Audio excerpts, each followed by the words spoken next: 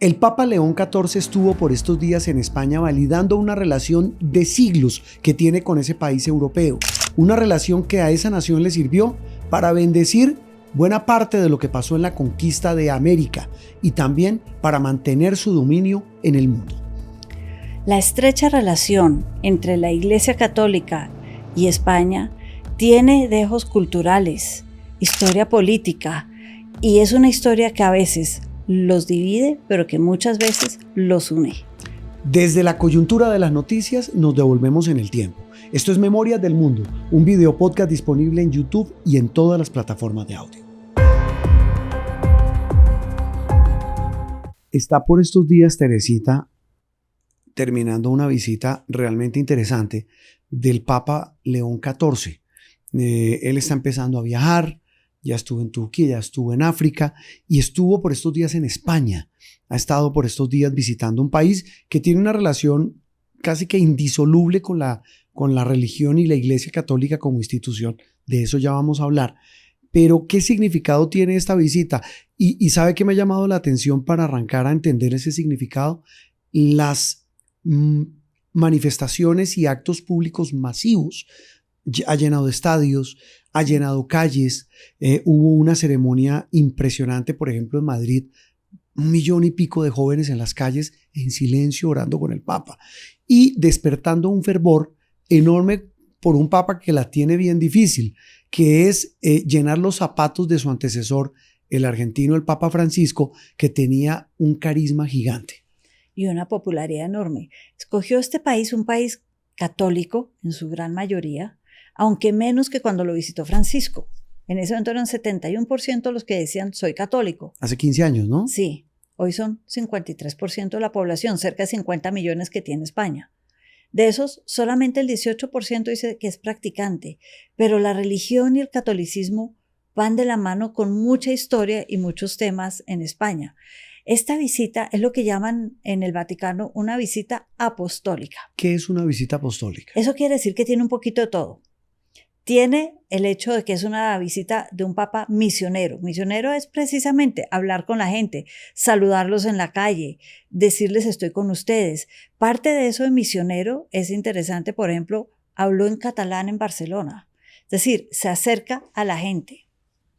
Es una visita pastoral, entra dentro de todo esto. Pastoral quiere decir misas masivas, gigantescas, para que el mayor número de personas oigan al pastor de la iglesia. Y lo último es tal vez lo más interesante, es una visita diplomática. Son los 3 componentes de la visita apostólica. Lo vi, yo no sé, usted me corregirá, pero yo no sé hace cuánto tiempo o si era la primera vez que un papa se dirigía al pleno del Parlamento español. En semejante sociedad tan polarizada como la colombiana, como la norteamericana, pero hubo, digamos, por primera vez hubo paz en el Parlamento español. Y era la primera vez. Y les habló de temas difíciles. Les habló de la guerra y de la paz, sí, que es su tema importante.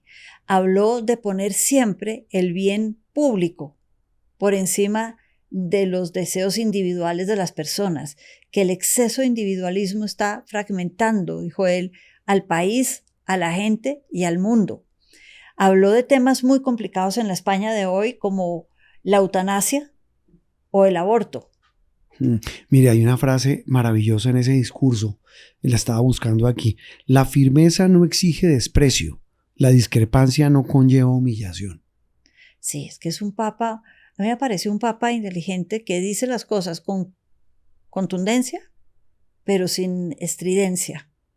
Y eso es lo que tiene que hacer, es muy claro en lo que dice, sin usar muchos adjetivos, mucha estridencia, pero transmite los mensajes. No, dice las cosas como son y calcule que se enfrentó ya al presidente Trump por el tema de la guerra en Irán y los demás conflictos. Pero en este caso puntual de España, sí me ha llamado la atención que a pesar de que ha disminuido el número de españoles que dicen ser practicantes, el fervor que ha despertado o que despertó el Papa en esa visita, artistas, políticos, deportistas, reyes, los reyes de España, la gente, digamos, el español de a pie, volcado a la calle, a oírlo, a saludarlo. Yo creo que eso trasciende mucho de la fe. Y toda clase de gente, desde el rey Felipe, que se veía realmente emocionado de estar con el Papa, hasta, por ejemplo, Antonio Banderas. No, lo vi, que claro. salió con una frase que me pareció maravillosa. ¿La del hechizo de Dios? La del hechizo de Dios. Es que yo estoy bajo el hechizo de Dios. Como el gospel, claro. Sí. Entonces, gente de todos niveles que quieren estar cerca al Papa y que quieren ser parte de ese mundo que él predica. Yo creo que este Papa tiene como una de sus misiones aumentar el número de católicos en el mundo. Por eso fue a África, donde está creciendo más la Iglesia Católica, pero sin descuidar los lugares más tradicionales. Sí, pero mire una cosa, seguramente sí, el mundo se está cada vez dispersando más en materia de todo, de atención, de fe, de credibilidad en la institucionalidad de la que hace parte la Iglesia Católica, pero también, y leía varios columnistas de medios españoles a propósito de la visita del Papa León XIV, es que también mucha gente está volviendo a antiguas tradiciones que habían sido desechadas, como estas, las de oír a un papa, las de escucharlo, las de decir, oiga, deme luces para entender el caos del mundo que estoy viviendo. Sí, es que es un mundo muy complicado y la iglesia se convierte en momentos de dificultad en un referente. Juan Roberto, cuando uno estaba en el colegio, a uno los papás le decían, hay que rezar todas las noches, el Padre Nuestro, lo que sea, dar las gracias. El ángel de la guarda. El ángel de la guarda. Yo, en mi caso, la mitad de veces me quedaba dormida. O a veces se me olvidaba.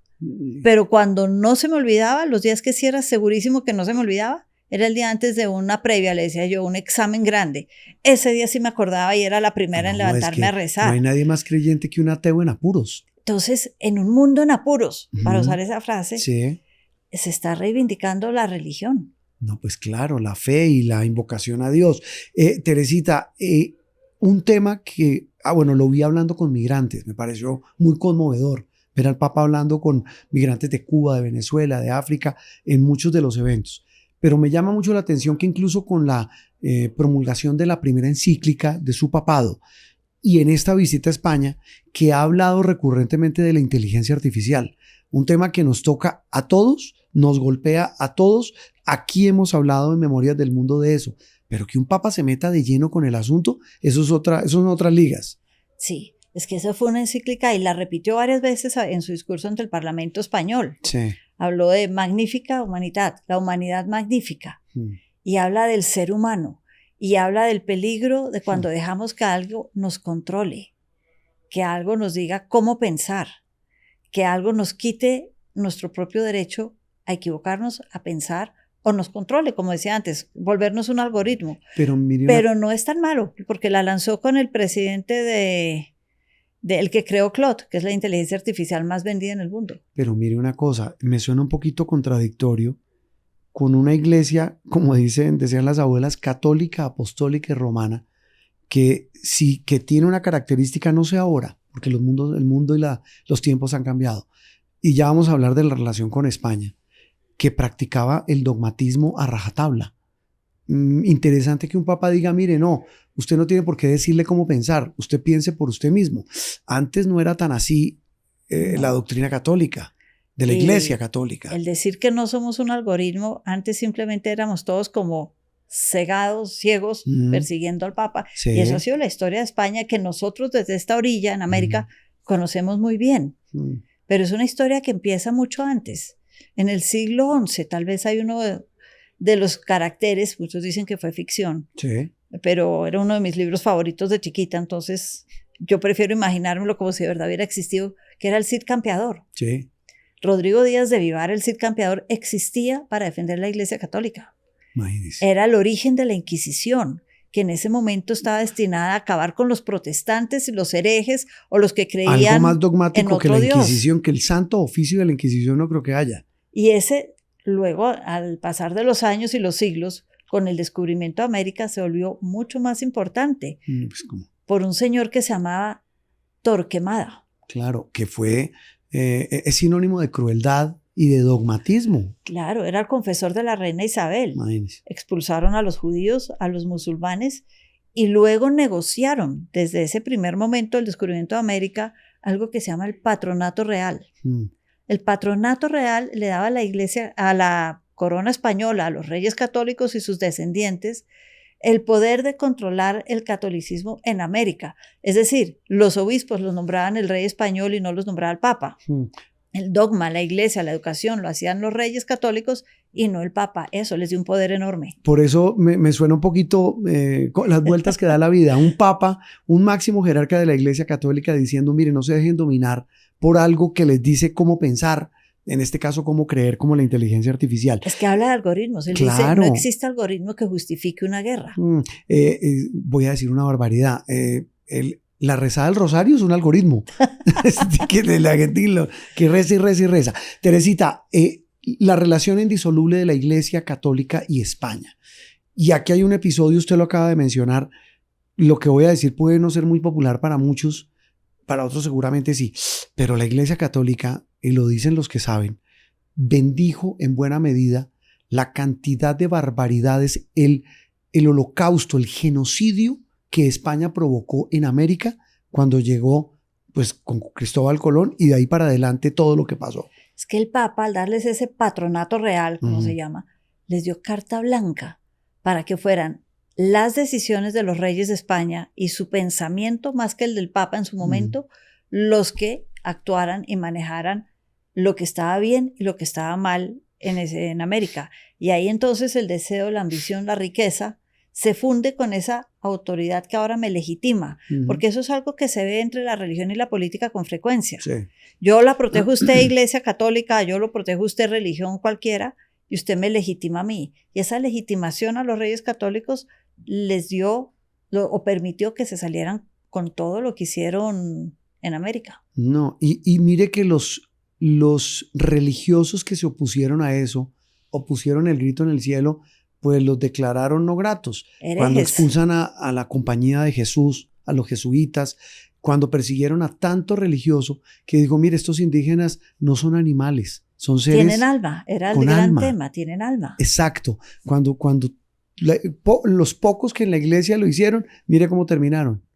Los acusaron de herejes y esa era la misión de la Inquisición, acabar con los herejes. Entonces terminaban ellos mismos siendo castigados por la iglesia. No, qué barbaridad. Teresita, y esa relación, incluso ya pasado el tiempo, surtidos estos trámites pequeños de la conquista y la colonia, después la independencia, pero la iglesia siguió metida en el caso de América, muy en nuestra vida política, social y obviamente religiosa, pero en general en la vida, en el caso puntual de un país como Colombia, pues hoy sigue siendo parte muy importante. Yo quiero destacar la labor pastoral que cumple la iglesia y social en muchas regiones de un país tan complicado como Colombia. Y yo creo que el Papa, que cuando fue a África, por ejemplo, criticó el tema de la esclavitud, sí. Ahora está en España, habiendo vivido en Perú y habiendo visto lo sí. que ha sido esa historia para América Latina, también es un Papa que pide disculpas y lo ha hecho por muchos de lo que hizo la historia, no solo en África, sino también en América Latina. ¿Por qué la iglesia, la preguntita es un poquito sencilla para una respuesta sencilla, ¿por qué la iglesia católica lleva 2 papas con un pensamiento tan similar, tan de avanzada, humanista, consciente de sus errores, de sus fallas? Claro, le falta muchísimo, por ejemplo, reconocer mucho más la pederastia, que es un tema espantoso, pero son 2 papas como Francisco y su sucesor, León XIV, que son muy distintos, por ejemplo, del Papa Benedicto XVI, que era el Rottweiler de la fe, como le decían. Yo no voy a pretender tener una respuesta, Juan Roberto, pero yo pensaría que temas como precisamente la pederastia, temas que han hecho que la gente se aleje de la Iglesia Católica, que busque dentro del cristianismo otras fuentes de fe que le legitimen lo que creen, como son los evangélicos, los mormones, hay una tesis que llama los bautistas y los nacidos nuevamente, gente que está viendo que tal vez el catolicismo no era lo que querían, quedan dentro del cristianismo, pero buscan otras corrientes. El Vaticano se está dando cuenta de eso, entonces está empezando a salir a decir cómo recupero, claro, cómo vuelvo a traer a los hijos pródigos otra vez adentro de mi redil. Y una de las maneras que lo están haciendo es reconociendo los errores y pidiendo perdón. En términos empresariales, la iglesia, que es una gran empresa, ha nombrado 2 CEOs que quieren aumentar el engagement. Totalmente, total y absolutamente. Y son también grandes diplomáticos y saben del manejo de la gente. Tienen una diplomacia de más de 2000 años y unos archivos maravillosos, saben manejar a la gente. Sabe, volviendo al tema del papel político y diplomático de los papas, el anterior y este papa nuevo, que lleva muy poco, lleva 1 año de pontificado, tienen un papel mucho más preponderante que la misma ONU. O sea, uno ve este señor Guterres y pues es un cero a la izquierda. En cambio, este papa, 365 días Uh-huh. para el 8 de mayo, que fue cuando lo eligieron, había hablado de paz 420 veces, más de una vez por día. Mencionaba la palabra paz, el fin de las guerras. Ahorita en Cataluña sí, habló en catalán, que es Sí. muy importante para ellos en Barcelona, pero habló de la unidad, de que no se puede seguir dividiendo el mundo. Está mandando mensajes contundentes que tienen que ver con temas más políticos internacionales. Teresita, porque las noticias también tienen historia. Esto es Memorias del Mundo, un video podcast disponible en YouTube y en todas las plataformas de audio.